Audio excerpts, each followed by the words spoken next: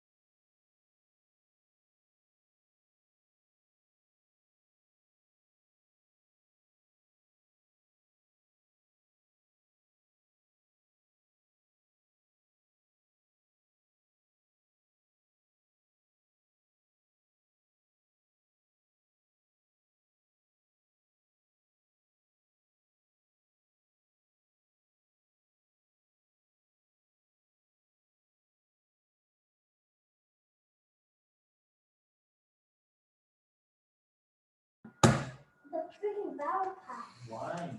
You already have it. What about the battle pass if you already have it?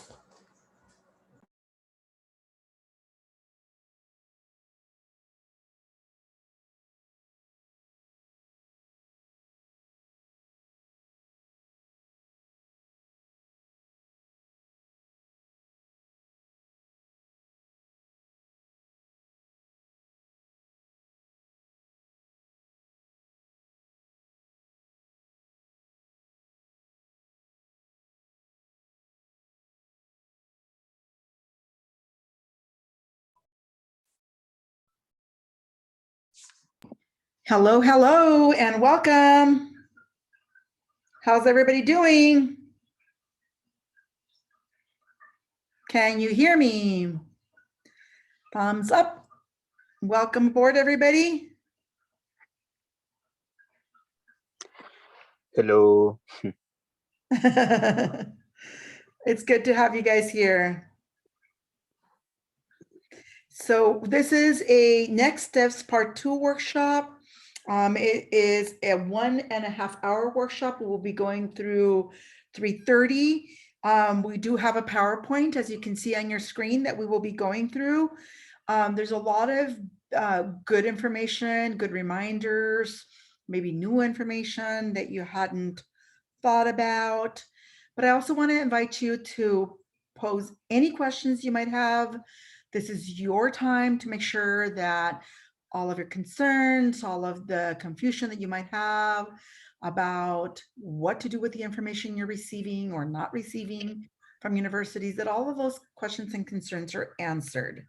My name is Maria Arvizu Rodriguez. I'm one of the 2 transfer counselors at the University Transfer Center, and along with my colleague, wonderful colleague, Ashley Brackett. Kudos and a shout out to her. It's her birthday today. And also my awesome colleague, Pam Story, who always holds the fort at the University Transfer Center.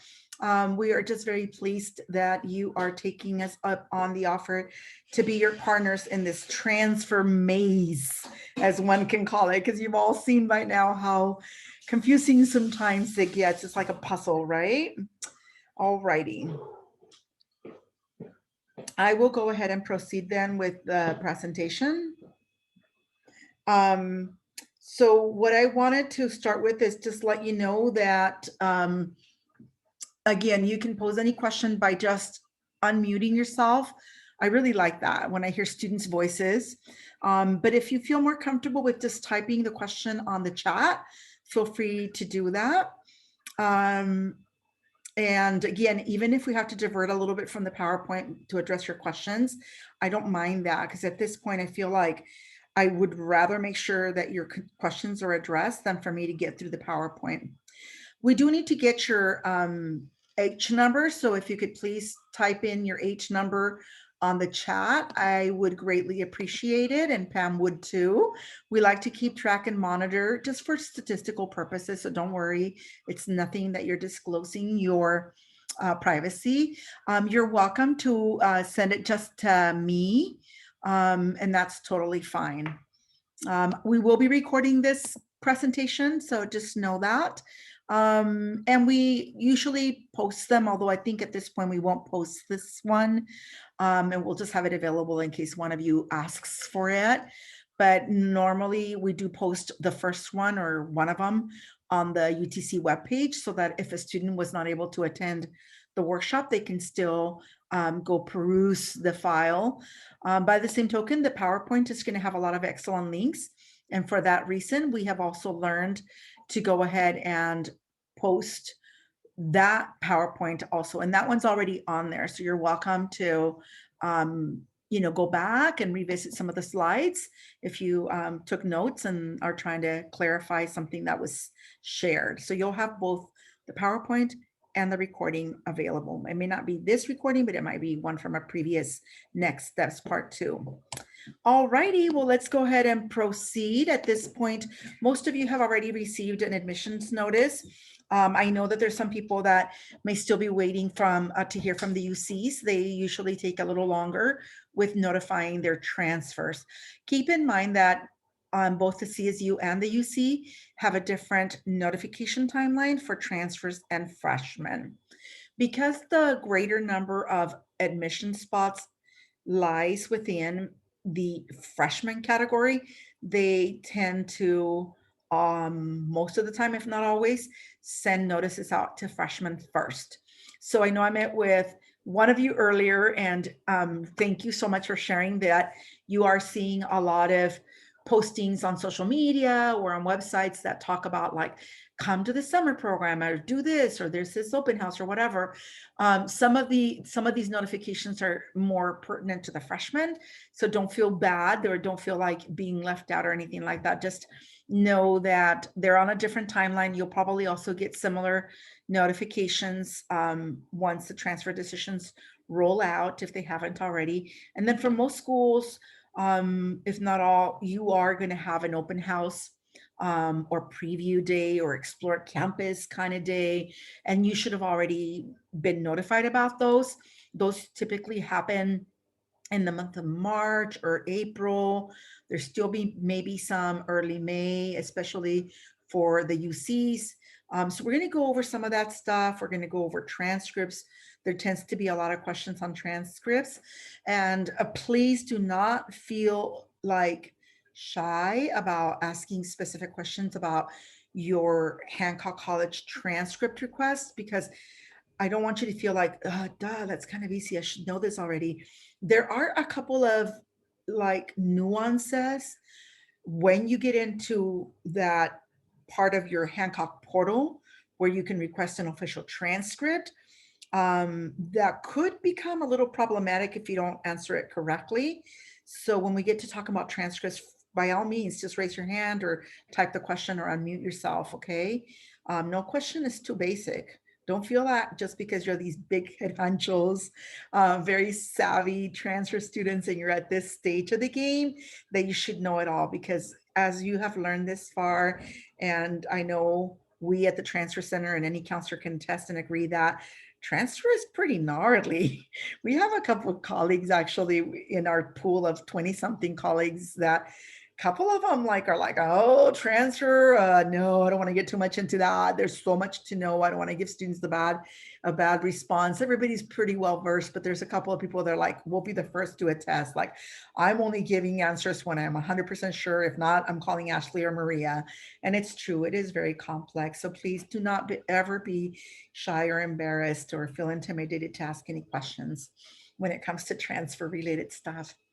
I also want to touch a little bit on financial aid today, and I want to make myself available to help you understand what you're seeing in award letters. Most of you who applied to ACSU have already received an award letter. Sometimes the schools will first ask that you accept their admissions offer, and then they will go ahead and issue an award letter.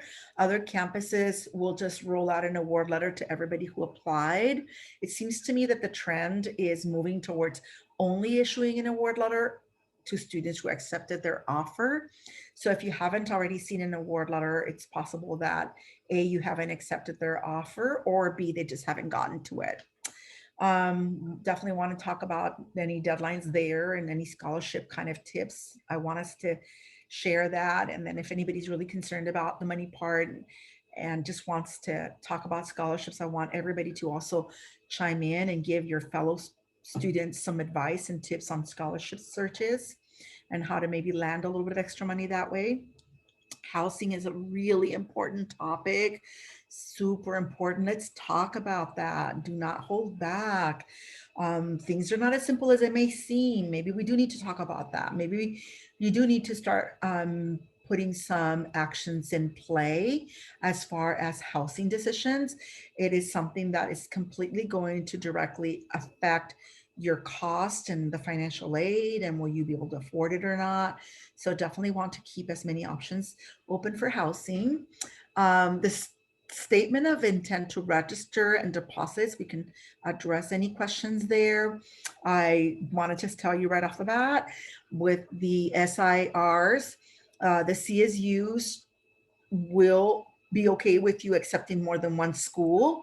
If you can't make a decision on between two schools, if you're, as long as you're willing to pay the deposit for both schools, if they even have one. Poly, I know, doesn't have a deposit. You can just accept the offer and not put any money down. But sometimes even if you were to accept two and then later lose a deposit for one of them, maybe that still would be a better approach than, you know, losing the option. And then later finding out that, oh my gosh, I should have accepted that offer, but it's past the deadline and they won't take me anymore. So there's also admissions appeals. This is a critical time right now. I know that most schools have a 2-week timeline where they will actually still accept an appeal if you were denied admission. So let's talk about that. I know the Cal Poly denial notices are still within that 15-day window of opportunity. So if you were denied to Poly and you want to be reconsidered, you may want to talk about an appeal and how to go about doing that. Poly's been good and other schools have been good about including a link to their appeal process on their denial letter. I know they used to not. They used to kind of like, oh, let's not talk about that. Maybe people would know or they won't find the link. But everybody's being pretty upfront about it, even though a very small percentage of the appeals are accepted, but we can talk about that. Then we want to talk about summer orientations and academic advising. And I know I've already had some students make appointments to talk about what classes will I be taking, you know, when I get there. I kind of want to get a little head start and know, you know, what I should be expecting. And so I can definitely answer questions on that. I did serve as a counselor at a 4-year institution, so I'm pretty up on academic advising, as they call it. And so that's another terminology you want to learn at the university level. Your academic advisor, make a note of that. That's your counselor. That's what you've always known as a counselor. And they call them academic advisors at both UC and CSU and probably privates as well. And then we want to talk about maybe maximizing your academic and personal success at the university. I know that right now, you're probably just zeroed in on, let me just finish the semester as strong as I can, pass all my classes, graduate, if you're going to graduate, or do your little celebration, whatever you're going to do to and you really should celebrate. And this is a rite of passage, you know, even if you're not walking on stage, you should definitely take some opportunity to celebrate your transfer success. It's a big deal, you guys. It really is. I think statewide, I couldn't quote you a percentage because I would be afraid to be off on what is the percentage of students who are enrolled at a community college and who actually do succeed in transferring. And I don't know, again, the latest percentage, but I'm going to say that it's going to be significant less than 50% of the population. And I'm going to guess and venture that it's about maybe 30 in the 30th percentile that actually set out to start a community college with the determination that they want to transfer and earn a bachelor's, and that actually do triumph in that endeavor. And I mean, life happens sometimes where people change, you know, their priorities for whatever reason. And people sometimes just get burned out or whatever, or get a really good paying job. And they're like, I don't really need a bachelor's degree. So for many good reasons, students just, you know, you are a source of pride to your parents, to your family, to the community college system that you have succeeded in transferring. So you do want to focus on celebrating. And I know right now you're focused on all of that, finishing, celebrating your summer break, but I want to plant a couple seeds about things that you could be doing right now that would also ensure your personal success at the university, because it is going to be a big transition. Honestly, I just received an email right now, or not an email, a text message last night from a student that just transferred to Cal Poly to start this past fall. And he goes on and gives me this big old, you know, paragraph. And then he says, first off, quarter system is fast, exclamation mark. And I was going, yep, I know. So there's going to be that transition about getting accustomed to a faster paced learning system. And even if you are transferring to a school that's a semester system, I can almost guarantee you that you're going to feel the difference in how faster paced the learning is there. Again, even if you went to a semester school, the academic rigor is greater. Not that the courses at Poly are not rigorous. I mean, at Hancock, do not misinterpret what I just said. Our classes are just as rigorous as their equivalent courses at a 4 years. So for example, if you're taking calculus here, if you're taking, physics, that is going to be a heck of a rigorous course with us, with UC Davis, with Berkeley, UCLA, wherever you take it, it's going to be rigorous.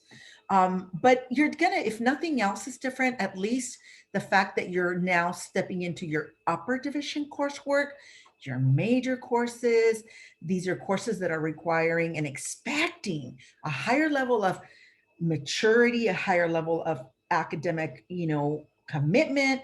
If nothing else, at least that portion you're going to feel is going to be okay. Let me shift gears here. We're going a little faster speed here. So yes, you do need to be thinking about how am I doing? How am I faring in terms of being ready for that level of, of the game? All right, so let's start talking about loose ends now. And again, if there's any questions, please, by all means, feel free to just unmute yourself and pause and say, hey, Maria, wait, I have a question. Okay, totally don't mind. And I'm keeping an eye on the chat.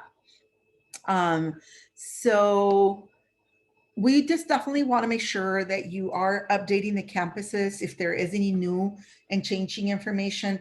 The primary information to keep in mind, you don't have to tell them about every little change. Like if you had enrolled, say that you had thought about taking, I don't know, like a CBOG class because you wanted to learn more about Excel. You wanted to perfect your Excel skills, which hint, I recommend it for anyone, especially engineering majors.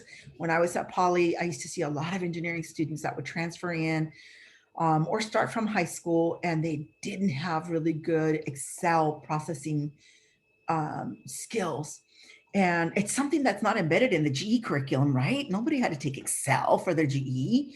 Nobody had to take, it for the major, not even the business students. I mean, they can take a CBIS class if they want, and even that's like a choice. It's an elective. But Excel is going to help the engineering students, the business students, psychology students, because they run a lot of simulations on a lot of like data reports.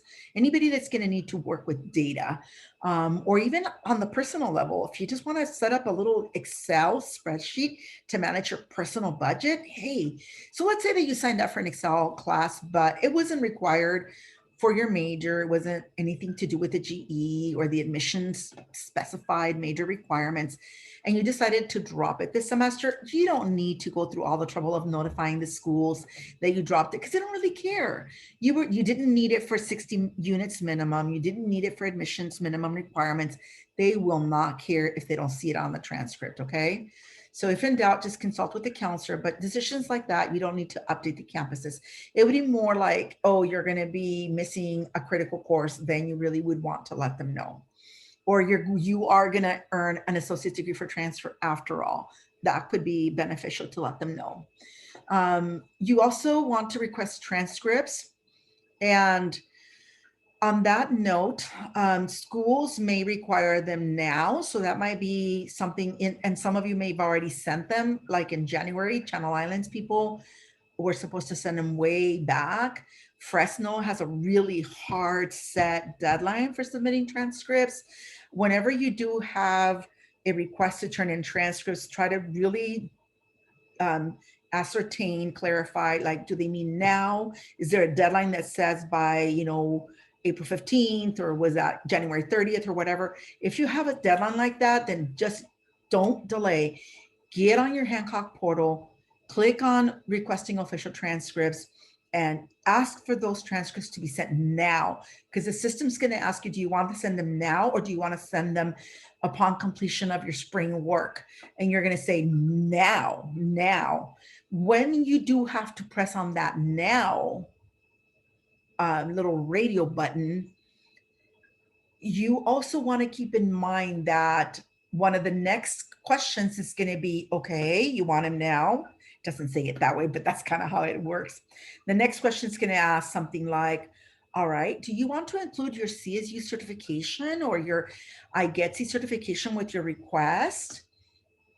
Say no on the now request, because by saying yes, this may delay the processing of it, and it will for sure prevents you from having the transcripts be sent electronically. So it won't give you the option at the very end to send them electronically. It'll tell you simply because you requested the GE certification to be included with these now transcripts, it's going to say then they're going to be sent by US mail. They're going to be sent in the paper copy. That would be the only option that will come up for you. So they don't care to see the G certification at this point with the now transcripts. So just leave that G certification off your request for now. When you request your final transcripts, and let's talk about that now, because most of you guys are already there. You probably already all sent your transcripts that were needing to be sent now.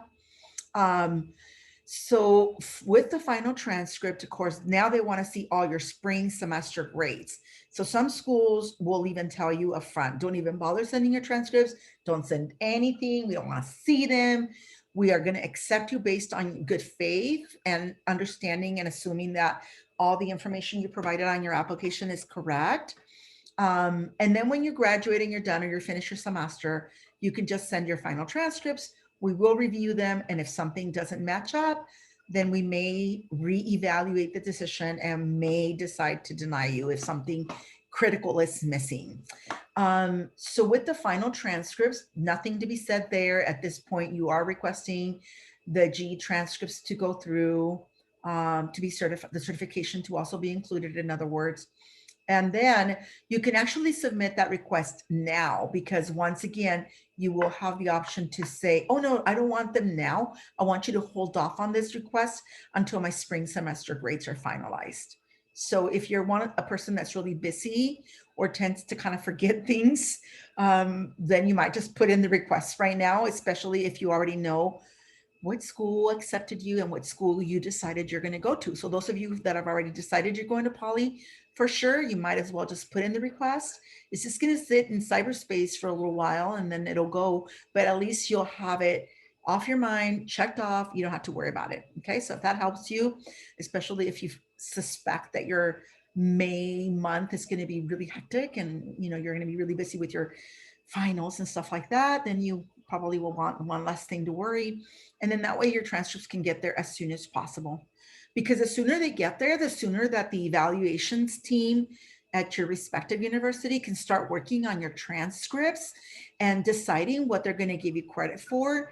And they need that official evaluation of your credits in time for the summer programs, right? Because by the time they bring you on campus for those summer programs at Poly, it's called slow days, right? And that's where you're going to meet with your academic advisors and peer advisors and department chairs are going to be there. They'd like to welcome you and tell you what a great decision you made by having chosen that school. And then they're going to let you work in small teams and learning all about the registration system and planning your class schedule for the fall, because registration will be coming soon. And some schools, it happens right then and there at that summer orientation day.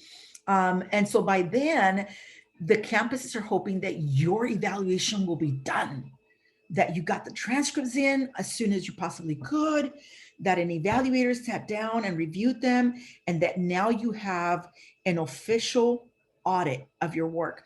And they're going to have all universities, especially the CSUs, they have a similar audit as we do at Hancock. So your degree works. You know how degree works is so cool because you can just click on it and it tells you what you've already done with us, what your current GPA is, and how many more classes you have remaining to fulfill your degree. Well, they have something similar over there, and it'll also be embedded or accessible in your university portal. So you will just be able to click on that and it'll tell you, okay, here are all the bachelor's requirements for aerospace engineering or whatever your major is. And it'll tell you, here's everything that you already did at Hancock. You got credit for this, for that, for this. And then it'll show you what classes are still remaining. And so again, the sooner that your transcript gets in, the better. Just make sure that you're not going to have any delays. So applying for a degree, there's been so much confusion on that this semester, and I apologize on behalf of Hancock. So if anybody has any questions on that, please let me know. I don't want to take time too much on that because I don't want to confuse you with stuff that doesn't apply to you, but we know that The deadline to apply for degrees is April 15th. So if you have any doubts about whether you need to apply or not, then please call in during a drop-in or call the counseling department on a drop-in basis. It's okay. So you can call anytime between 8:30 in the morning and all the way through about 3:45 in the afternoon. And you can be put in on a drop-in basis with a counselor and say, can you just double check, did I really apply? Do I still need, I don't remember applying for my degree. Can you help me with that? So there was a program that was ran and it flagged some students for what's called auto awarding. And that auto awarding system was supposed to work this way. Anyone who has only Hancock work done, that would exclude external credits from another college. And it would also exclude students who have AP credits on file. It could be that you have AP credits, but if you never told us about it, it's like you didn't have them, right? So on your degree works, if on the AP scores it says like nothing, or if on where it says previous colleges attended, it says like nothing, that means that you're kind of a native student, you would be a candidate for auto awarding. So you should have been picked up by the system so long as your gauge on degree work said that you were 98% done. So the computer program knows that at 98%, a student is already enrolled in the last few requirements. And that's the only reason why it doesn't say 100, because they're enrolled in some classes. So then you should have been picked up by this auto awarding, and many of you guys did. So if you look on DegreeWorks 2 on the right side, upper portion of your degree progress worksheet, it says degree status. So if you see nothing, if you see NA, that means that you haven't applied yet, most likely, or maybe the application just went in like in the last day or two.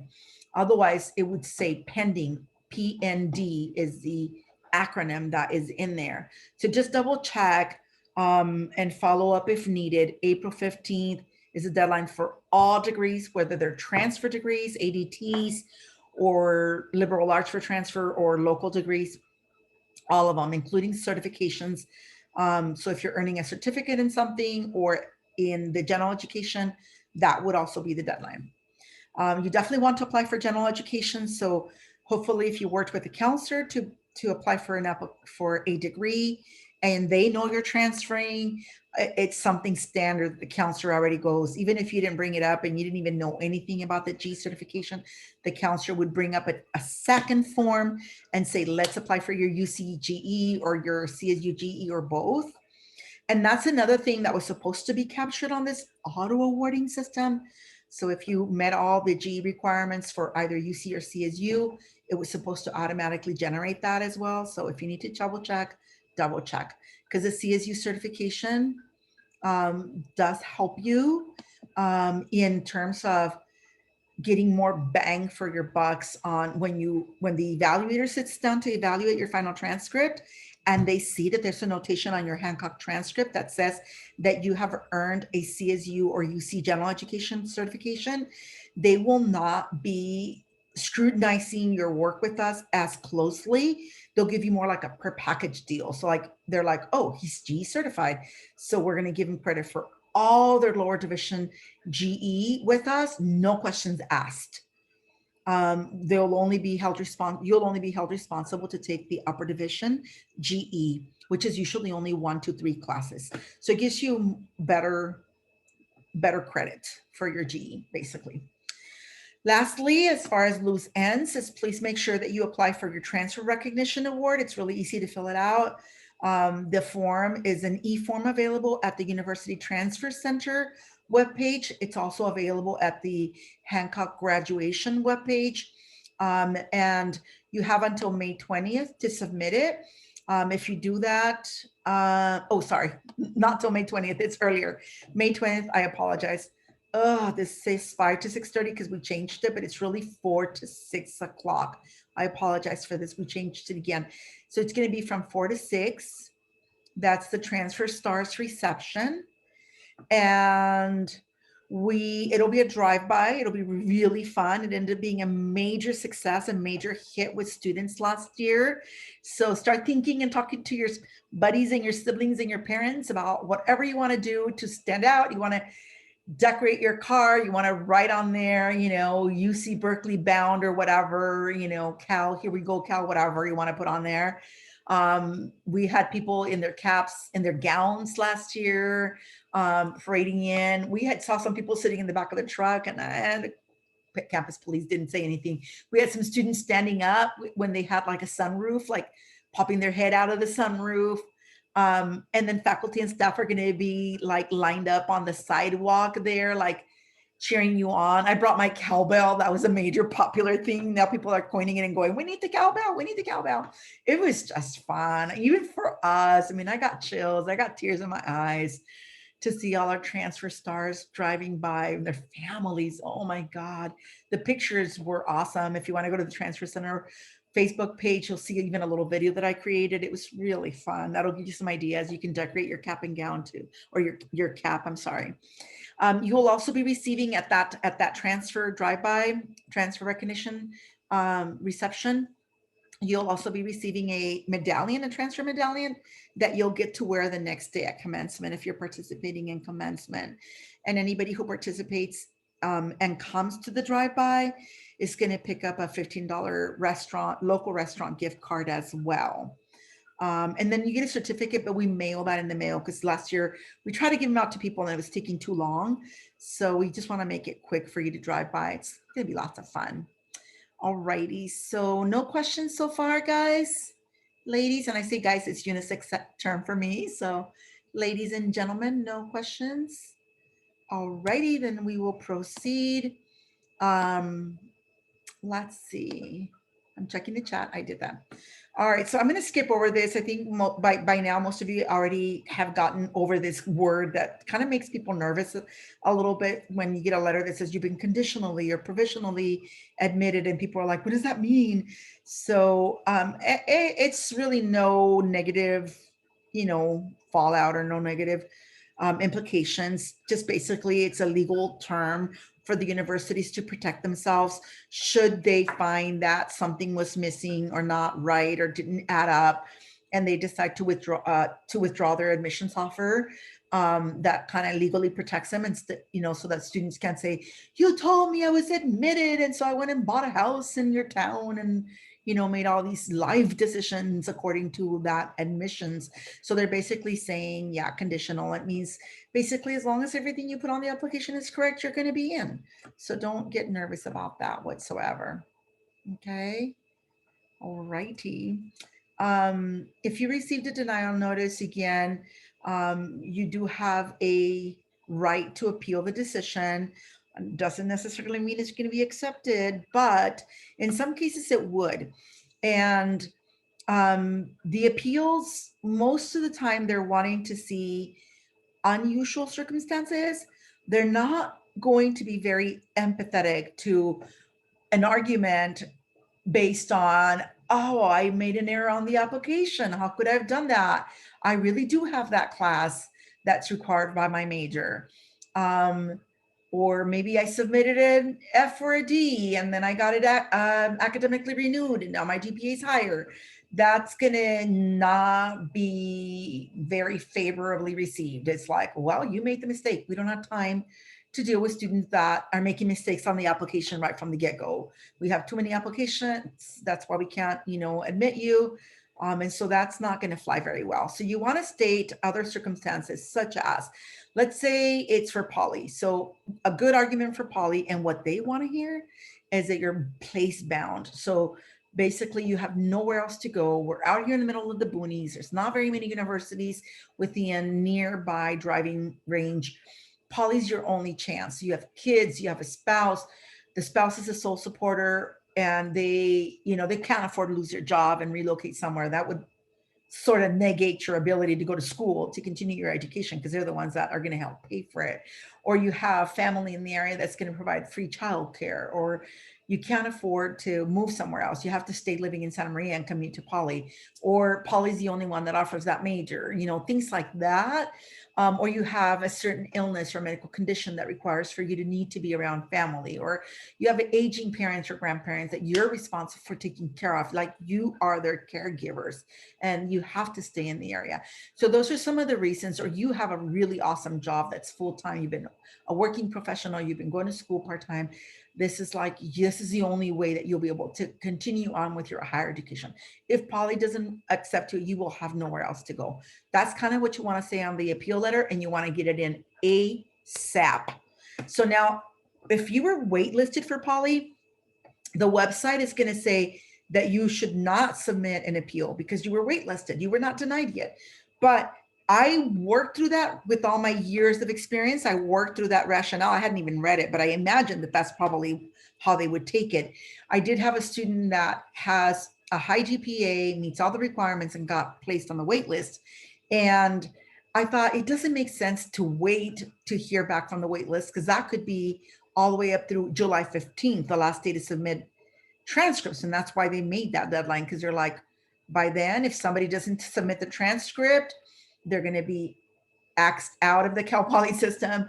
Or if the transcript was reviewed and the student was denied admissions, they're going to do another tally of their spaces. And at that point, they might decide to take people from the wait list.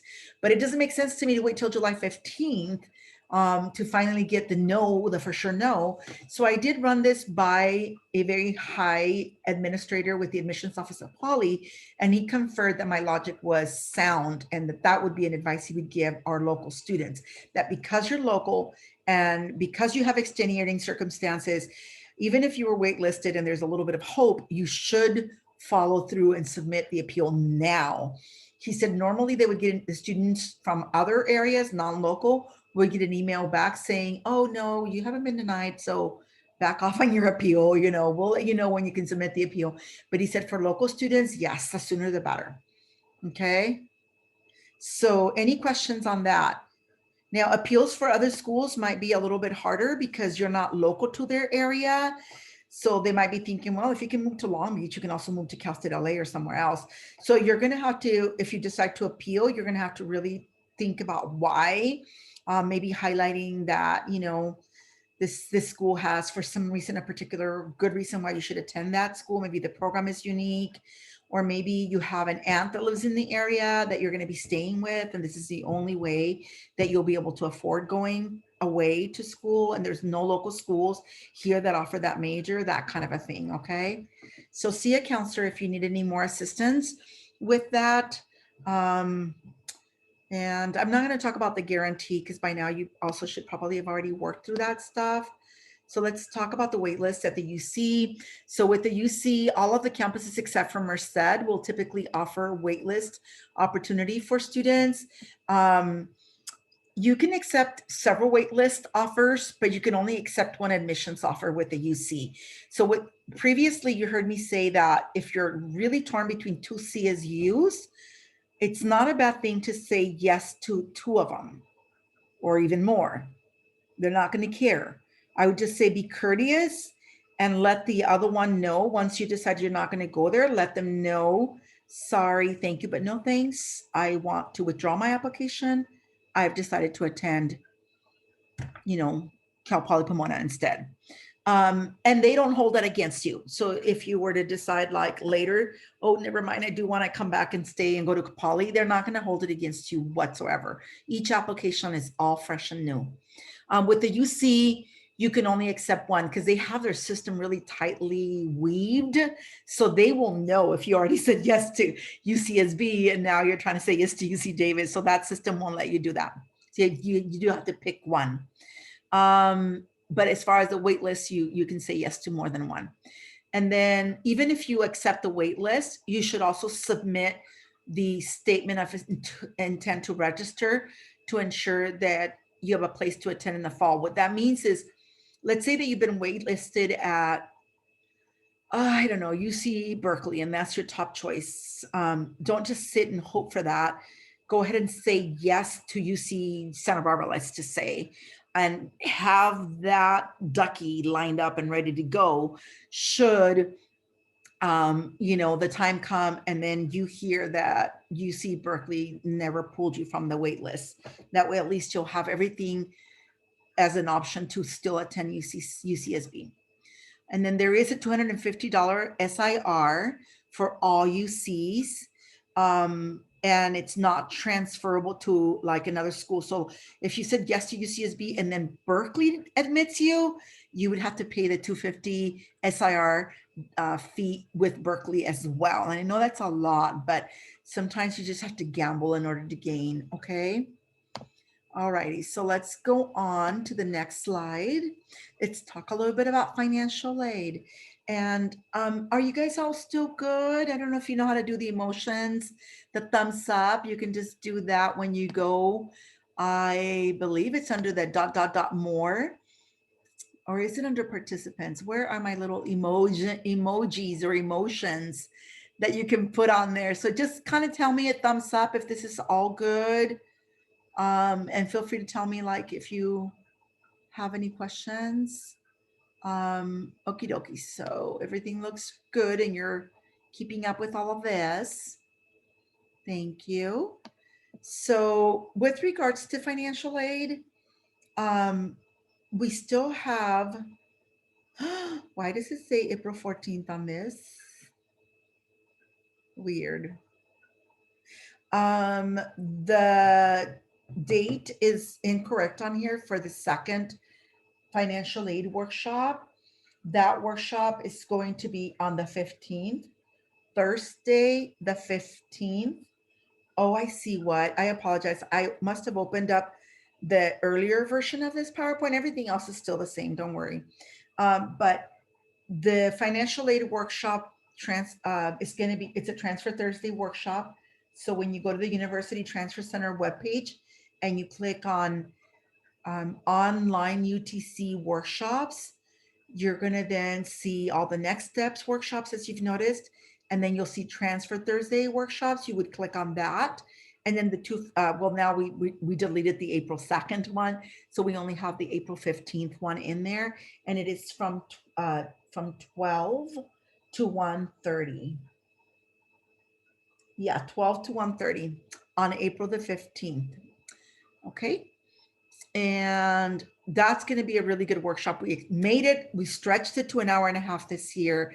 And I'm asking all of you who come to please spend a little bit of time between now and then tracking your expenses, talking to your parents and trying to come up with a figure as to how much you would need to spend per week and per month on groceries, on food, on feeding yourself, or on living expenses. Try to come up with, this is what I would need to survive and live off per month, because that's going to help you. Because what I want to do with a little bit of extra time at the end is I want to help you guys start a student budget so that you can better be able to assess whether the financial aid you were awarded is going to be enough or not.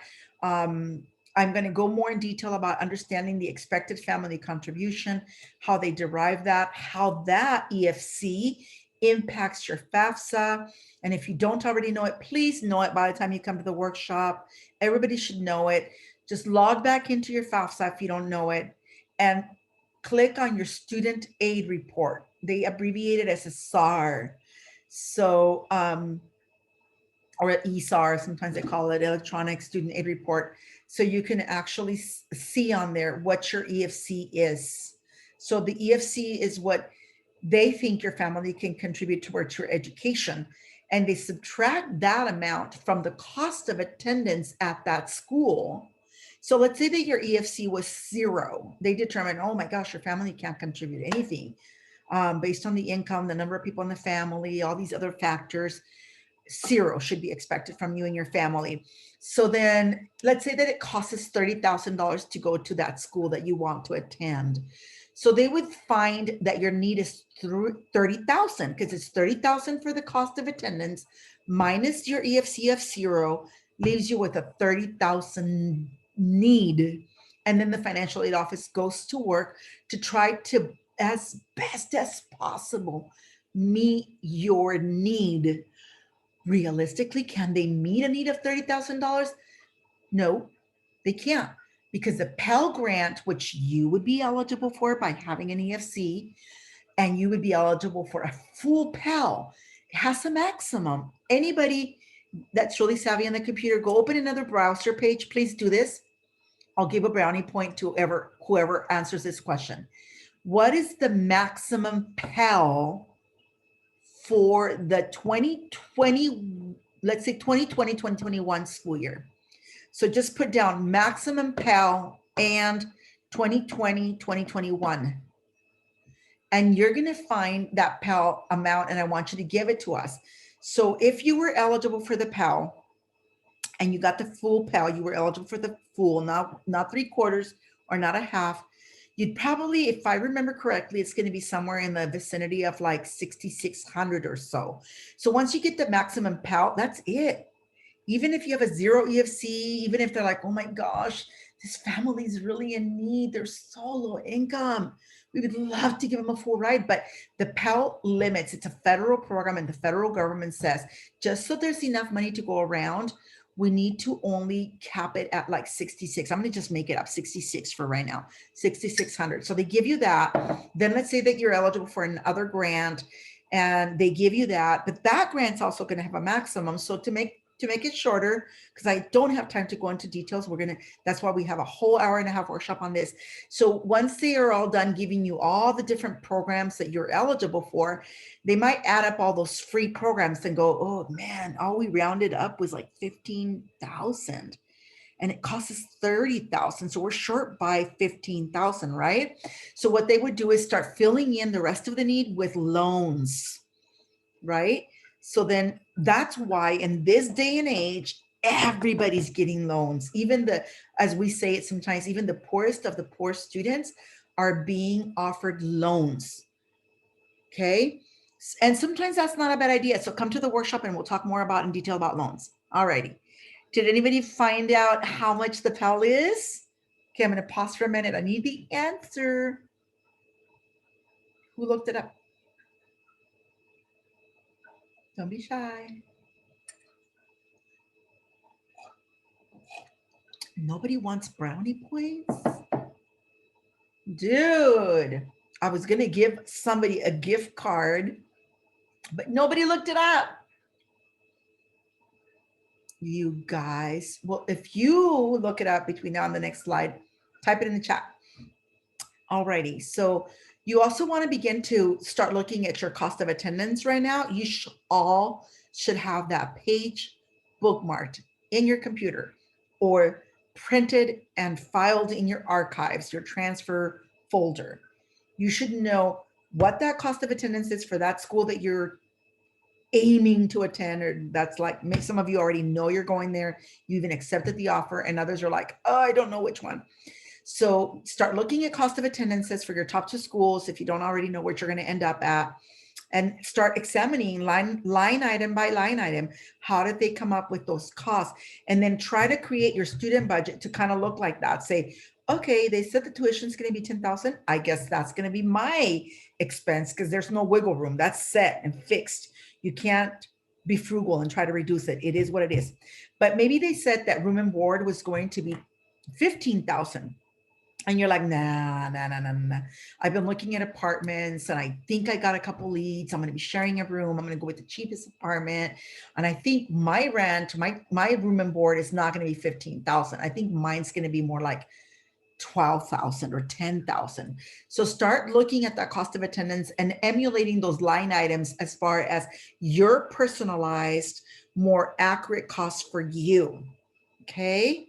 So you'll start that'll prompt you to make decisions about transportation, because every cost of attendance is going to include, that the university creates, is going to include a transportation line item. And again, that's where you're going to start going, what will mine be? Am I going to take my car? Am I going to pay for my insurance? Or are my parents going to start paying for it when I transfer? Or maybe they already are and they're going to continue paying for it. So try to come up with what is your transportation expense going to be once you transfer. Okay. So I already talked about that third bullet, the cost of attendance minus the expected family contribution equals a financial need, and therefore determines what your aid amount offered will be. And again, the aid comes in various forms, and all of these have like max limits. And that's when that determines how much loan money you're going to get. Work study is offered only to certain students. There isn't enough money to go around for everybody. And the university makes a decision as to who's going to get it. So if you want to have a shot at getting work study, you need to indicate on the FAFSA that you are willing to take work study, because the FAFSA had a question about work study, and somebody would say, some people might have said, no, I'm not interested in work study. So then you definitely for sure wouldn't get it. But even if you did say yes, it's not a guarantee you're going to get it because the dollars are extremely limited. So if you want to have that option, go back and change it to yes. There still might be a chance that they might give it to you. You're going to have to follow up with the university. So if they haven't issued your financial aid award, you still might have time to go switch it to yes. And then when they sit down to award you, maybe they would take that into consideration, and maybe you would be one of the lucky ones getting work study. And I said lucky ones because it's kind of nice to have it. It's where like, this is a form of financial aid, but you have to work for it. And it just makes it really easy for you to get an on-campus job, because those on-campus jobs, people love to hire work study people, because as you know, the government pays for like 70% of your wages, and the department would only have to pay for about 30% of your wages. And so everybody would love to hire you. And then you want to get experience. So this is kind of a way to get a job too. Esther, thank you so much. I saw that you put on the chat that EFC is 1,000. So that would be your EFC. Thank you very much. You found your EFC, right, Esther? From your student aid report? Thank you. So Esther already knows her EFC. I don't know how many of you guys know your EFC, but Esther, how did you find it? Can you unmute and share?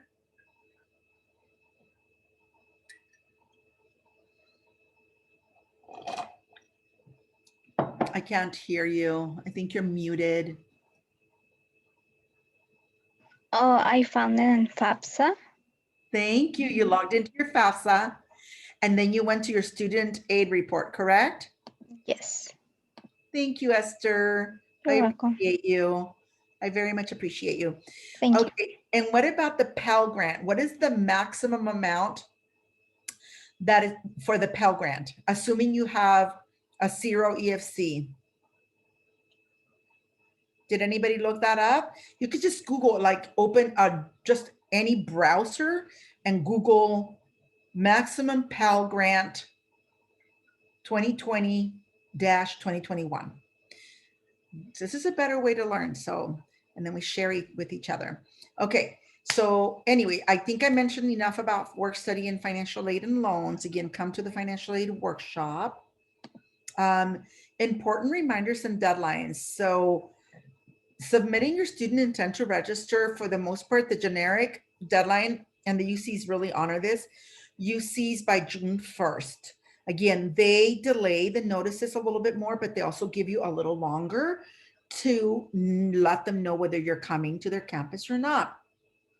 The CSUs have a generic deadline of May 1st, but I have been coming across some smarty pants CSUs this year that told students, oh, well, if you have to accept earlier if you want this, or if you want your financial aid award to come or whatever. So it's like, you guys, why are you doing that to students? You should be all sticking to your May 1st. But so yeah, that is the kind of generic deadline for the CSU, May 1st. So it's coming up.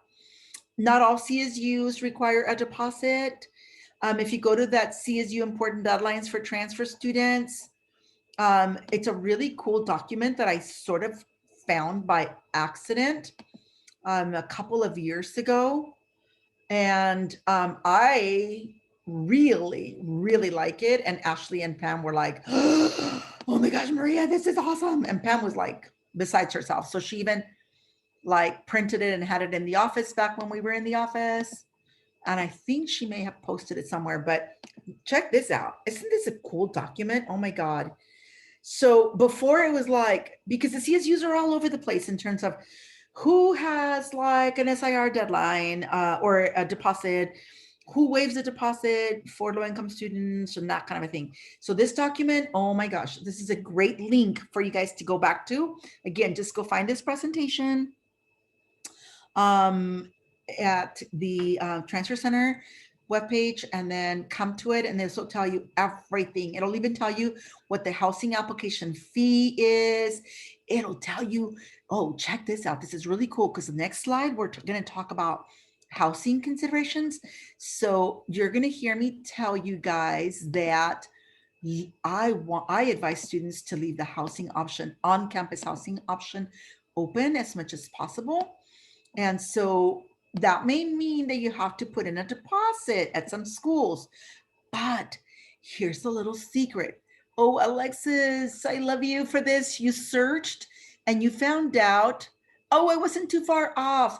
Maximum Pell Grant for the 2020-21 school year. And I didn't ask you to search the 21-22 because I wasn't sure if it'd be posted yet. I'm sure it probably is. But for you guys next year, because we're talking about you being concerned with funding for next year, your first year at the university, right? So check the Pell Grant, just Google it like Alexis did. For this current school year that we're in right now, it was 6,345, okay? And so for next year, it might be a little higher because they always adjust it upward a little bit for cost of living increases. So if you are found to be eligible for the full Pell, you can expect to see that kind of amount on your financial aid award. Boom, just like that. Okay. And some of you might see, like I saw a student yesterday that got a half Pell because hers was more like 3,000 or something. So anyway, thank you so much, Alexis. So here is going back to this discussion on this document. The housing payment or deposit, sometimes it's waived. See this? Okay, Chico State says it's $1,000 if you want to secure on-campus housing. So I always tell students, look, I know that housing fills up. At some campuses like East Bay, San Francisco State, oh my gosh, you would be so lucky if you get on-campus housing. They will fill up. Poly always fills up. If you delay, like if you snooze, you lose. So let's say that you just received your admissions notice and they're making reference to, I know at Poly they said, and some schools are also getting savvy with this. They're like, when you accept your admissions offer, we're going to send you information about housing. I know Poly used to just immediately with the admissions offer, they would say, here's information on housing, here's information on the open house, here's information on slow days. They would start giving you that information right away. And then students could go and immediately begin their housing contract, or in other words, their housing application. And on the housing application, it would tell you, you have to put in a deposit.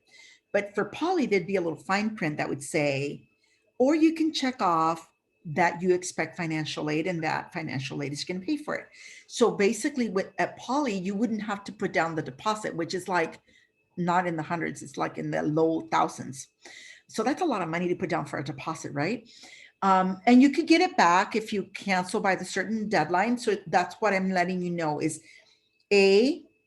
read the details on your admissions information that's sent to you, or just go to Google the housing webpage and go read up on that. How does applying for on-campus housing work for new students? You want to be on it right away. And then you want to start that application as early as you possibly are allowed to. Okay, so you want to find out, do I have to accept the notice for them to let me apply for on-campus? And I'll accept it and then put in the application. Once you're doing the application, read the fine print about the deadline to cancel your contract, so that if you decide or you find that you can save money by living elsewhere, then maybe you can cancel the housing and get your deposit back. Okay, so read up on all those little details because they vary greatly, but this document does help because at least it lets you know what the amount is, and it even might let you know if financial aid will waive it for you. Okay, I know at Poly, all you got to do is check off that financial aid will pay for it, or that you expect from financial aid, and they could waive it for you. At Poly housing, it says $500 on that. So I'm going to research and make sure that they didn't change that. but this is an initial deposit. And there is 2 asterisks on there. Nobody has an asterisk, so I don't know what the asterisk means. This is information for fall of 2020 is a single asterisk, but they don't address what this double asterisk might mean. So do your research. You know, even universities and the CSU has a hard time keeping up and keeping all these documents up to date. 'Cause things really move so quick. Again, here we see 2 stars, but we really don't see a legend that tells me, at least I can't see a legend that tells me what those 2 stars mean. Okay, I only see the notation for the 1 star here. So do some research, keep your housing options open. Feel free to check the deposits on here for accepting your admissions offer. Okay. And then there's a little more detail on housing applications right here, when they begin taking them, so on and so forth. Okay. Any questions on this, my friends? See, Polly's housing is first come, first served. So you want to start on that ASAP. Oh, this was the housing application fee for Polly. There is a 0 application fee for Polly. This column is 0 application fee, and the deposit is now 500 only. Okay. All righty. So if there's no questions, I'm going to go back and share the presentation now. Back to that. And I hope that, let me just close this message. I keep on getting text, email messages that block my screen, and then I can't press my Zoom buttons properly. I'm sure you guys can relate. All righty, so back to some important reminders. The transcripts we went over, and that's extremely important that you adhere to those deadlines. Campuses mean it when they say that that is a solid deadline. Applying for your Hancock degrees, we spoke about that. They just changed the deadline to April 15th. And then reviewing your financial aid award, coming to the workshop if you can, and if not, going to the UTC webpage and reading through the PowerPoint or viewing the recording for that workshop. I think we currently have a recording that for the workshop that we presented early in April, which was presented by Ashley Brackett. Don't forget about your transcripts and know that you can go ahead and make that request now. You don't have to wait until the semester is over. And then definitely plan on attending your university orientations. Most of them are held in the summer, sometimes even as far as August.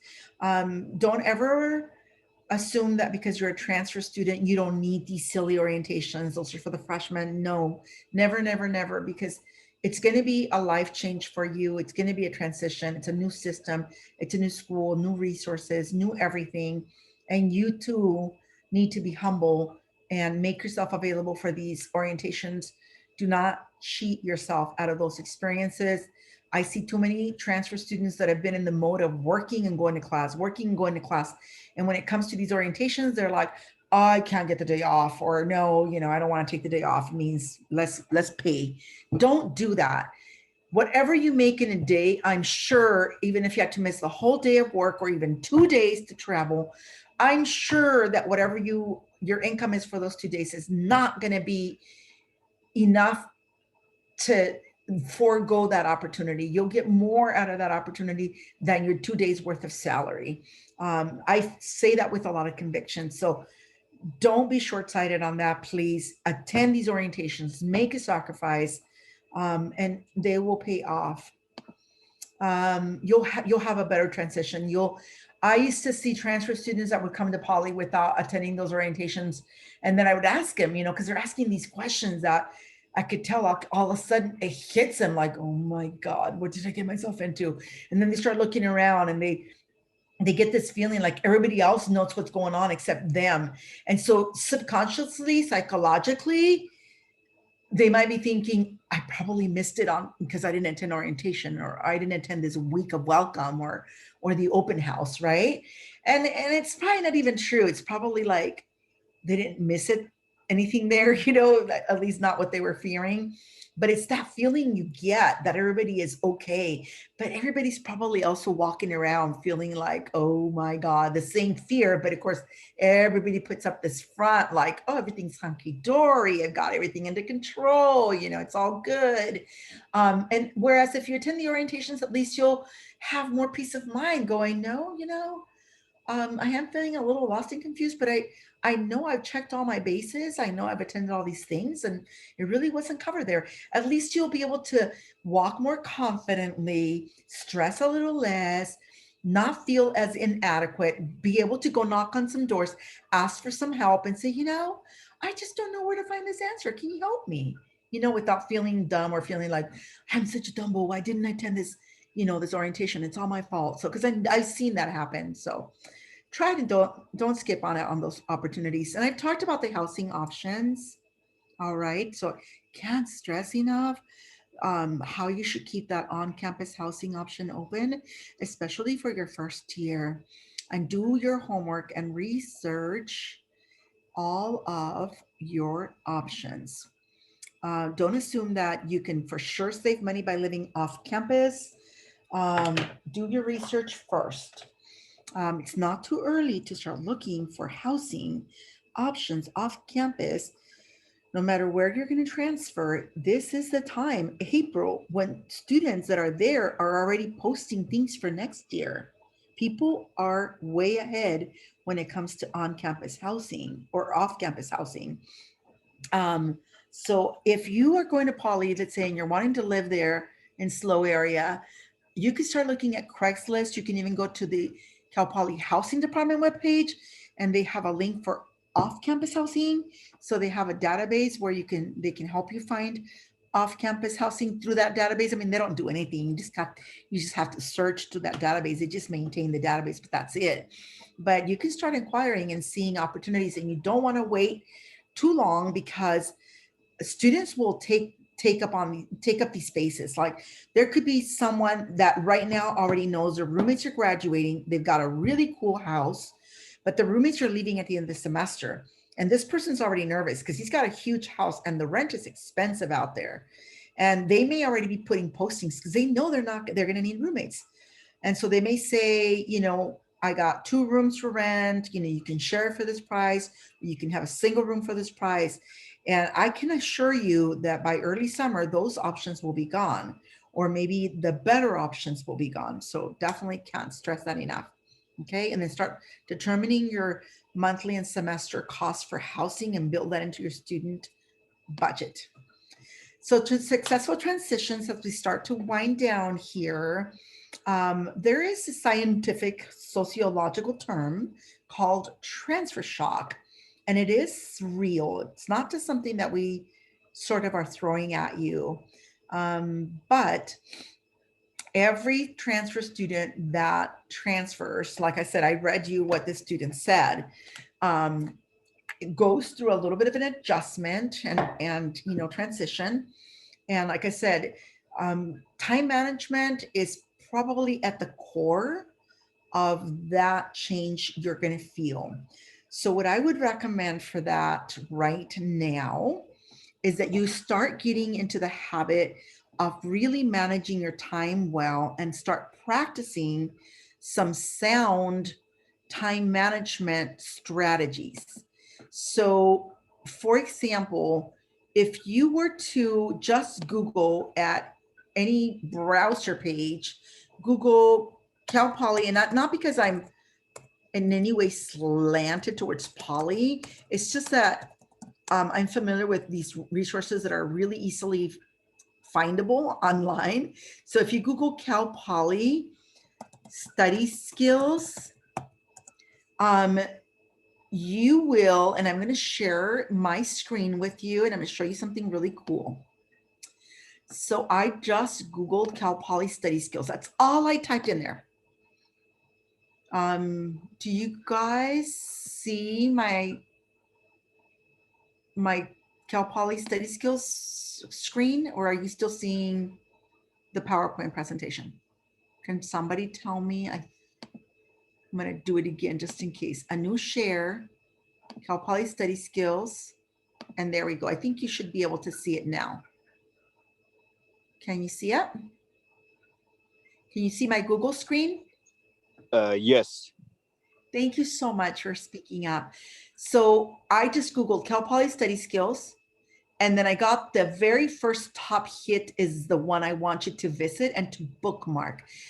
When I'm working really closely with a Hancock student, I take him here because if they start telling me, they're sweating bullets, they're like not having the results they wanted, they're really worried that they're not passing a class. And then we start talking about what could be hurting them. And maybe they're too busy, they don't have enough time, or they can't really quantify how much time they're spending studying. I really can immediately sense when there's this time management issue. And so this study skills library right here is where I want to take you. So I'm going to go ahead and click on that. And on here, you have a plethora of documents that you can access, including a lot of information on how you can utilize these different sites and methods of getting more bang for your buck. In other words, better results on your classes that you're working so hard. I mean, because Poly, honestly, you guys, it's so rigorous there. It's a quarter system. They get really high achievers. It's like people that are used to being at the top of their class always, and they work hard. And then when you get there, it doesn't feel like it's cutthroat. It feels more like motivating. It's like, dude, I'm with the cream of the crop here, and it motivates you. Like, I don't want to get behind. I want to put extra time in studying. And because of that, Cal Poly has developed a lot of support for study skills and for, just to support people that get there and go, oh my gosh, I was a valedictorian, but yet learning came easy. I never had to worry about keeping track of my to-do items and my time management. It's like students would come in telling me, Maria, I think I'm going to fail my class. And they literally would be in tears. And I'd say, well, okay, let's strategize. What can we do? How much are you studying? I don't know, a lot. Well, how much? How many hours per week would you say you're studying? I don't know. And they go I study when I get off class and when I go work. And I already know they cannot quantify how many hours they're studying. And this is what I would do. Let's go to the time management forms. Under the T, those of you that suffer from test anxiety, you find, and most of these links lead you to a really quick and easy one-page handout. It's not like, oh, Maria, but I don't have time. That's the whole problem. It's okay. You have time to invest in reading at least a one-page handout, right? Or watching a little video. But the time management forms, this is really, really a good one. And by the way, there's also information on managing long-term projects. And this is really helpful when you have a very fast-paced learning environment or rigorous major, because the problem is not so much that sometimes that you're not spending enough time on task, on studying, but it's that certain times of the term, you have so much stuff coming at you. You're like, I have this term paper due. I have a midterm paper. I have this quiz in this other class. And, and then you're like, I can't do this. It's like, there's nights when you feel like, I want to throw in the towel. I can't do this anymore. And so this gives you some tips on how to manage those long-term projects, because you all get syllabus at the beginning of the semester, and the syllabus tell you when you have long-term projects. It tells you when your midterms are going to be, it tells you when your term papers are going to be, or a huge project, and you can plan for those in advance. So that link will tell you how to manage those. The time management forms are right here. So if we click on that, you can find daily schedules, you can find weekly schedules, and you can plan ahead. So and even have a quarterly schedule. So the one I used to really encourage students to work on was the weekly schedule and your daily one. You do not need money to go spend on an expensive, Franklin Covey. I used to call it Covey, but I think it's Covey, fancy, expensive planner to be able to manage your time. You could just open this MS Word and you can just print them all you want. And then this one is the weekly time management schedule. And I even created one personalized to Hancock. I really should post it on the UTC page because I think it's extremely helpful. Let me see if I can share that screen with you. And this is what it looks like. So I had changed this to say Cal Poly because I was a part of the team that developed all this at Poly. So I know they borrowed it from somewhere else and they don't have copyrights, and plus they wouldn't mind us borrowing them. So I changed all this to Hancock on my file that I have. But here's the trick that you can start doing right now. Try to develop your weekly schedule. Every one of these boxes should be filled. Even if on Sunday you just say sleep right here, and then there's like a line arrow down all the way till 12 o'clock. I don't care. And I'm not going to think any less of you if you like, I'm going to sleep until noon on Sunday, Maria. Go for it. If that fits your schedule, if maybe you put in all of your hours of studying and everything is taken care of, why not? Maybe you really do need it. So this is something that I would recommend you start getting in the habit. At Poly, most of us would work with students and we would coach them on this. There was workshops to help them how to develop this. It's not easy to do. And some students are reluctant to do this initially because they feel like their life is going to be constricted. But this is not constricting in any way. You're the one that gets to decide. So what you do is you put in all your fixed commitments first, like when you have to go to work for sure, when you have classes for sure. I would start with the classes. Those you cannot negotiate. You have to be in class at that time. And then what I would do is I would make copies of this with all the other squares blank. Then I would get one of the copies and then I would put my work schedule. I would put my regular time when I like going to the gym, when I sleep, when I wake up, and then I would put in my study time in there. And then I would go with a highlighter and count or highlight all the study times in the same color. And study time has to be diverse. You have to have times when you go to office hours, times when you're getting tutored, times when you're studying with other people, times when you're reading, when you're reviewing notes, when you're working problems, when you're just reading, whatever. You're going to specify your studying and you're going to highlight it all. And then if you're carrying 12 units, you're going to go ahead and count all your study time blocks. And you have to have, at Cal Poly, we said you must study 3 to 5 hours per week outside of class for every 1 hour you're in class.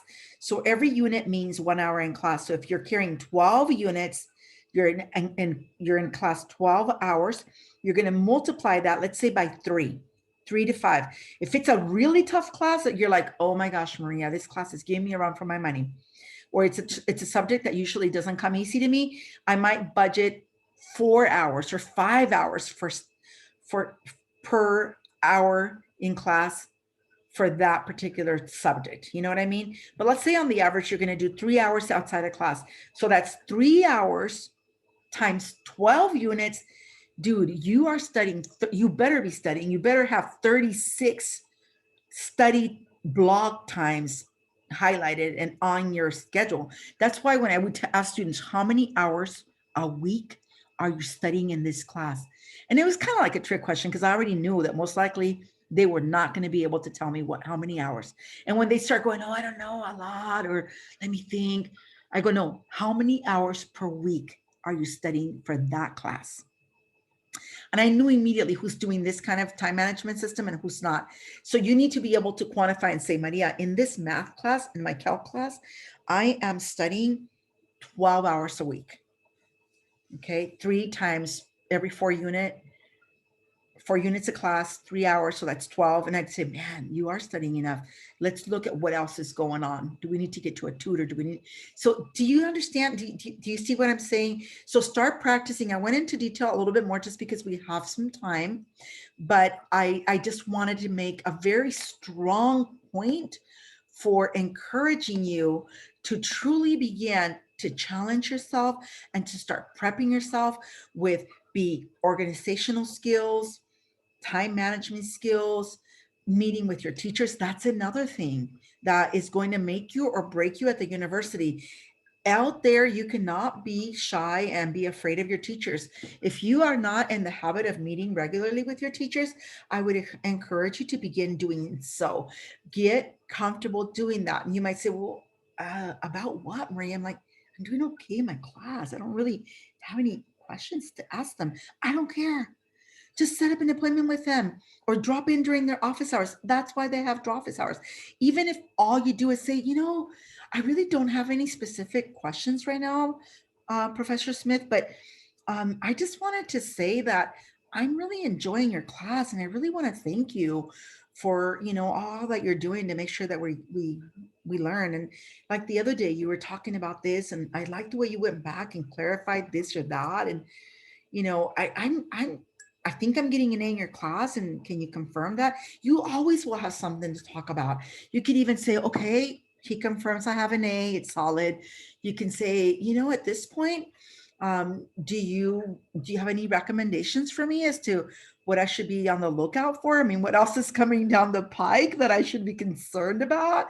Do you think I could pretty much, like, if I keep up this sort of work and pace in your class, what I'm doing so far, you think I'm okay? Like, I'm going to end up with an A in your class at the end of the semester, something like that. Or if it's a class for your major, you can start shooting the breeze with them about the major.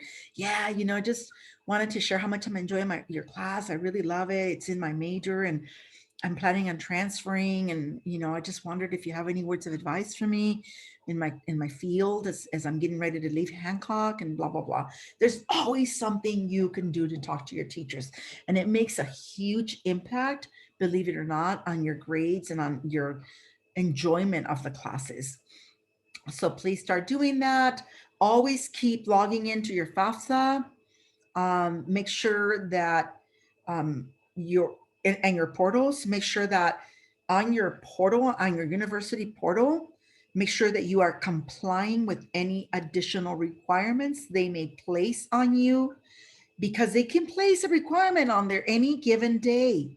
See, the FAFSA data is taken for like your word.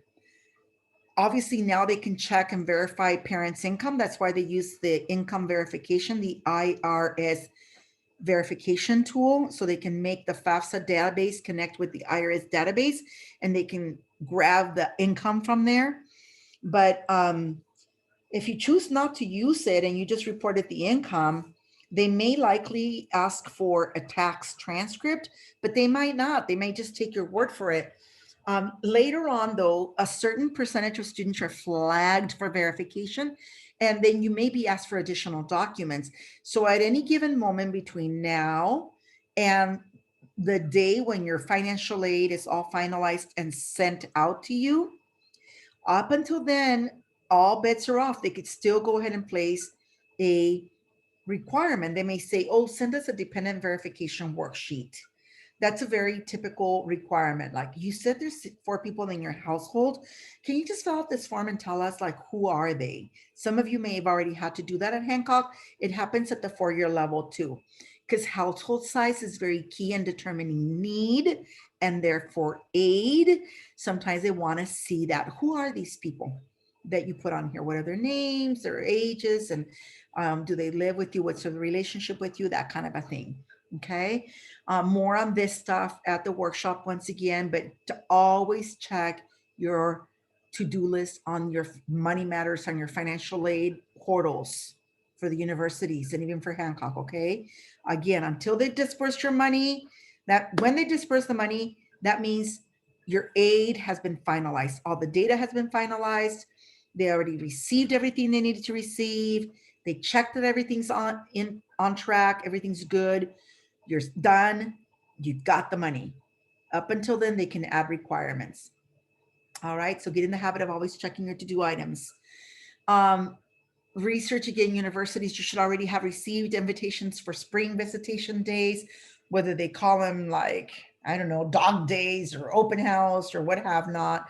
They all have fancy names to their open houses or preview days. Those are opportunities for them to roll out the red carpet, so to speak, and to just really convince you that this is a good school, that you should really enroll with them. That's where they're really trying to court you, and they're trying to convince you that, you made a wise choice by applying to their school and that you should really enroll there. And then, of course, newly admitted days are also going to happen, and orientations in the summer, like I've previously spoken on. And I've also talked about researching your housing options and definitely checking your Hancock and your personal emails regularly, as well as your portals. So those are just some friendly reminders of things that you should already know you should be doing. So with that, we've come to the conclusion of our workshop. Are there any questions? And now that I'm done talking, I am going to start my video because I try not to show the video too much because it's my computer sometimes glitches, but I want you to see I'm really here. Open to questions. I have a question. Yes. So you were only like talking about FAFSA, but like, I is it like the apologize. same That goes process for- with Dream Act? Yes, I so apologize. I usually say either FAFSA or the California Dream Act. It's the same thing. The same thing that I said is the same with the exception, of course, as you know, which is, you already know this, that the Pell Grant, because it's federal, you do not get the Pell Grant. And that's what makes dreamers get less financial aid if everything else is equal, household size, income, everything is equal on the FAFSA. Only thing is one student is a dreamer and the other one is not a dreamer, then the not dreamer is going to get the federal aid, the Pell Grant, and the dreamer's not going to get the Pell Grant. As far as the loans, some of the loans are federally distributed, but we've been able to create some state loans for dreamers. So you still would get the loans. They just come from a different source. But everything else I said is true, also for dreamers and the California Dream Act application. Thank you. Yeah. Thank you. You're welcome. I am going to also be teaching a workshop for just for dreamers. It's called Dream to Transfer. And that's going to be, I believe, yeah, next week on the 13th of April from 4:30 to 6 p.m. And I'm going to really go a lot into like general stuff. I want to encourage everyone to attend, even those of you who are already ready to transfer, because I want you to come and just share any advice, any experiences, and also another opportunity for more questions. So please let anybody know that you know would benefit from this Dare to Dream workshop, which is for, or Dare to Dream to Transfer. What did I say? Dare to Dream to Transfer. I forgot the name. I gave the workshop the name. Anyway, it's a transfer workshop for dreamers. And I encourage you to invite others that you think could benefit from that. What date was it you said? That's going to be next week on Tuesday, April the 13th from 4:30 to 6 p.m. And the meeting ID is also located at the University Transfer Center webpage. Y depende de cuánta gente venga y quién venga, es posible que también lo vaya a poder dar como hablando en español, bilingüe, en el idioma que se sienta más cómoda la mayoría de la gente que esté ahí. Other preguntas, other questions. Anything is fair game, guys. I feel really comfortable in my skin. This is a personal question. So on my degree status, it says NA. Is it because I'm not close to 98% or? And or because you have not actually applied for your degree. Oh, okay. Have you applied for your degree? No. Okay. You're Celso, right? Yes. And then, oh, so I don't think I have your H number. So if you guys could please, if you can send me your H number, and you can send it just to me. If you haven't already done it. Because I was going to look you up right now, but I just noticed I don't have your H number.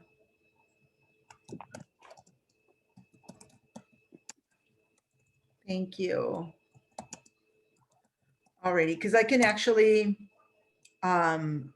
give you a direct answer to that and let you know, but I do think that you are probably going to need to go apply for it because at this point, you should already have a pending on there. So let me double check. So can I entertain any other questions in the meantime? I have a question. Yes. So for Cal Poly, it's split into quarters. How does that work with financial aid? Because it's not semesters. Yeah, Cal Poly is quarters. So all financial aid is given based on the term. So they will give you a financial aid award that is for the year. And then they also break it down by term. So those of you attending a quarter system school, they're going to disperse your aid in 3 equal portions. So 1/3 will be distributed in the fall, 1/3 in the winter, and 1/3 is going to go in the fall, in the spring. So they have fall, winter, spring. Same thing with most of the UCs, because most of them are on quarter system. So fall, winter, spring. Mhm. Okay. So like on portal, it would appear like it would say fall 2021 with like the amount you're gonna be getting. Both. Have you seen your financial aid at Poly yet? Yeah, I've seen it, but it says fall 2021 and it says how much it's gonna be giving me. Yeah, for, you can for see fall it. 2021. Perfect, because you can also see it total by the year. If you fiddle around with the student center on the portal there, you would be able to see it by the year, and you would also see it by the quarter.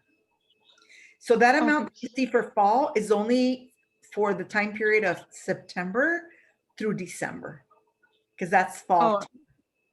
That's fall term. Oh, okay. Okay, Celso, while other questions are coming up, because we still have time for one last question. So meet with with a counselor, because you would not have been a candidate for auto awarding because you have AP exam credits. I do see that under the major that you have listed right now on your records, you are far from completing that, not far, but you're not at 98%. But possibly, I wonder if there's another degree that you could be able to earn, like maybe, I don't know, maybe a liberal arts in arts, social and behavioral sciences.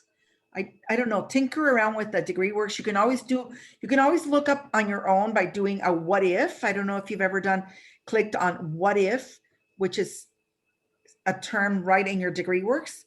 It says what if on the left-hand side. You can click on that, and then you can change to the program that you think you might be close to finishing, and just run a couple searches or meet with your counselor, and we can see if maybe there's any kind of degree out there that we can send you away with. And if not, don't worry about it. You just won't get a degree. My son was like that. He was like, Mom, how do I get to Cal Poly as soon as possible? I don't care about getting an associate's degree. I just want to do the classes that Poly needs for me to get there ASAP. He transferred with 62 units, and he didn't get any, he just did his GE certification and the Cal Poly required courses, and off he was, because he was in an ag major like you. And at the time, we didn't have any for transfer ag degrees anyway.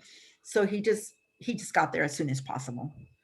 So, I mean, if you can get a degree along the way in preparing for admissions, fine. And if not, it's not the end of the world, but it is nice to get a degree, because only the people who get a degree get to walk on stage and participate in commencement. So I hope you can do that, Celso. So see me, I'm always on drop-ins, guys. Let me just say this. I apologize. I'm always on drop-ins Monday through Thursdays from 9 to 10. So if you want to come back and revisit some of this, or you want me to help you with your graduation application or whatever, just drop in, call the counseling department and say, can you put me on a drop-in with Maria? And then I will be able to see from home that you requested me, and I'll pull you from the list and call you back and help you, okay? So were you going to add something else or ask something else? My EOPS counselor did mention something about receiving degrees if I complete all the requirement on the list, I wonder which is only like 5 more classes, I think. Oh, on that list that you have right now, but are you planning on transferring for fall of 21? No, I'm still gonna be here. Oh, perfect. So you have some time next year. Oh, yeah, for sure. You still have some time. I thought maybe you were already on the way out. So for sure, oh, you should meet with me, schedule an appointment so we can, because you're wanting to go to Poly, is that right? Your ag? Well, Or you- Polly and Chico, like Okay. those are two options as for Yes, now. because they're both very good for ag. Fresno might be another one you might want to look into, but I encourage you to set up an appointment with me as well. So we can just go over the transfer stuff a little bit and make sure that your student educational plan is like on target, on point. You're working with a great counselor. I see that you've been working with Juanita and she's really up on stuff as well. So, but it's okay to work with the two of us, you know, and or just check in with the transfer counselor every now and then. Yes, yes, okay. Okay, pues, any other final questions, people? You've all been wonderful and stayed until the end, and I thank you for that.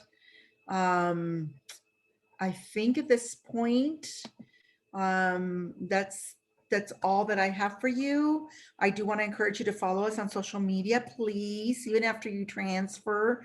We don't bombard with a lot, but it does make it easier for us to relay updates from the universities out to students who might benefit from that information. And then also there is a AHC Transfer Connections.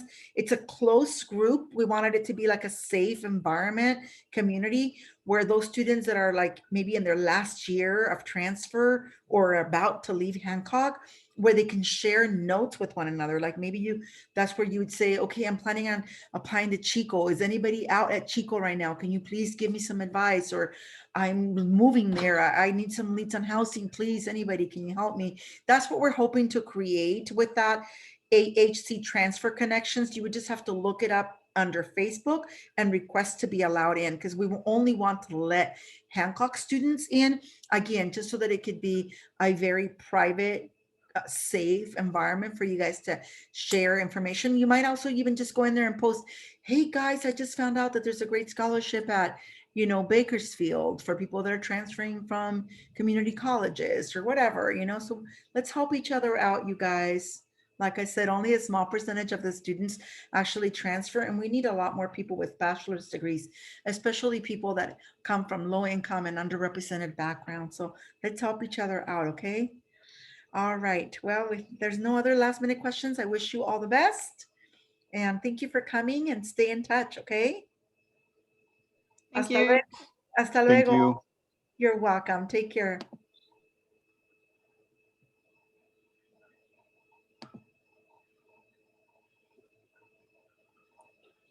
Maria, Yes, if you don't mind, can we set up an appointment?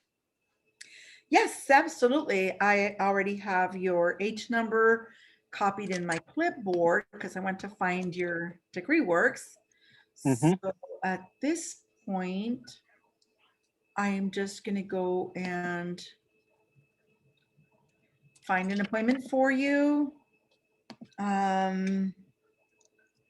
¿Te parece bien la semana que viene, Celso? Sí, por favor. Vamos a ver. Entonces, los días que hay citas disponibles podrían ser el miércoles de la semana que viene. Tengo una hora a las 12 del mediodía. Y también tengo una el jueves 15 de abril a las 11 de la mañana. ¿Cuál te parece mejor? ¿O no te funcionan? Porque también tengo otra opción. No, So, el miércoles sí. miércoles al mediodía. Sí. Sale. Te voy a poner para el miércoles al mediodía y te va a llegar un recordatorio electrónico que el sistema lo envía automáticamente. Ujú. ¿Te parece bien que nos reunamos por medio de Zoom? Sí.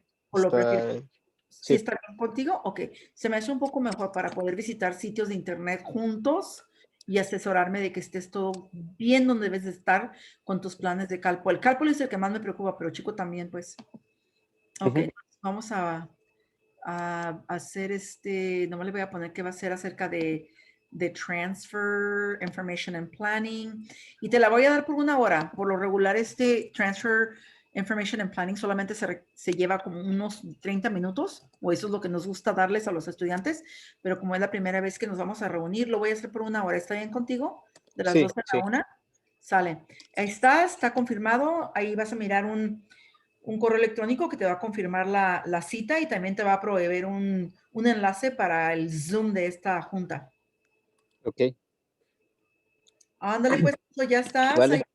Este, Sale. gracias. De Y nada, que- mucho gusto. sí, un gusto.